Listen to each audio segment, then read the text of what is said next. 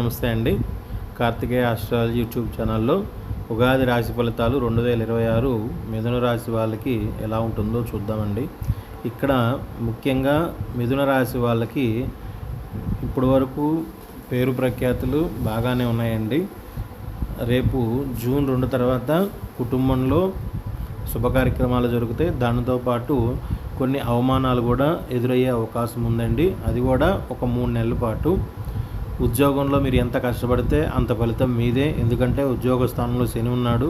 మీరు ఎంత కష్టపడితే మీకు అంత మంచి ఫలితాన్ని ఇవ్వడానికి రెడీగా ఉన్నాడండి. సో కాబట్టి ఈ సంవత్సరం మీకు బాగానే ఉంటుంది.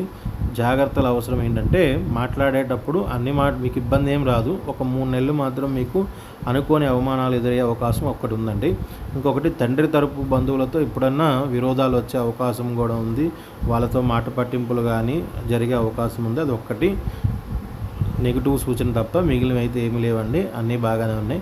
మీకు ఉద్యోగంలో కనుక ఇబ్బందులు ఉంటే శనేశ్వరుడు సంబంధించినటువంటి జపాలు, హోమాలు లేదా నవగ్రహాల చుట్టూ ప్రదక్షిణాలు చేసుకోండి, ఇబ్బంది ఏం లేదు. అవమానాలు కనుక ఎక్కువ ఉంటే శివాలయంలో అభిషేకం చేయించుకోండి. తండ్రి తరపు బంధువులతో కనుక మీకు ఎక్కువ అవమానాలు లేదా తండ్రితో కానీ తండ్రి తరపు వాళ్ళతో ఇబ్బంది ఉంటే మీరు అమ్మవారికి కుంకుమ పూజ చేయించుకుంటే మంచి ఫలితాలు వస్తాయి. 2026 మీకు అన్ని రకాల కూడా మంచిగానే ఉంటుందండి. ధన్యవాదాలు. మీకు ఈ వీడియో కనుక నచ్చితే లైక్ చేయండి, సపోర్ట్ చేయండి, సబ్స్క్రైబ్ చేయండి. ధన్యవాదాలు.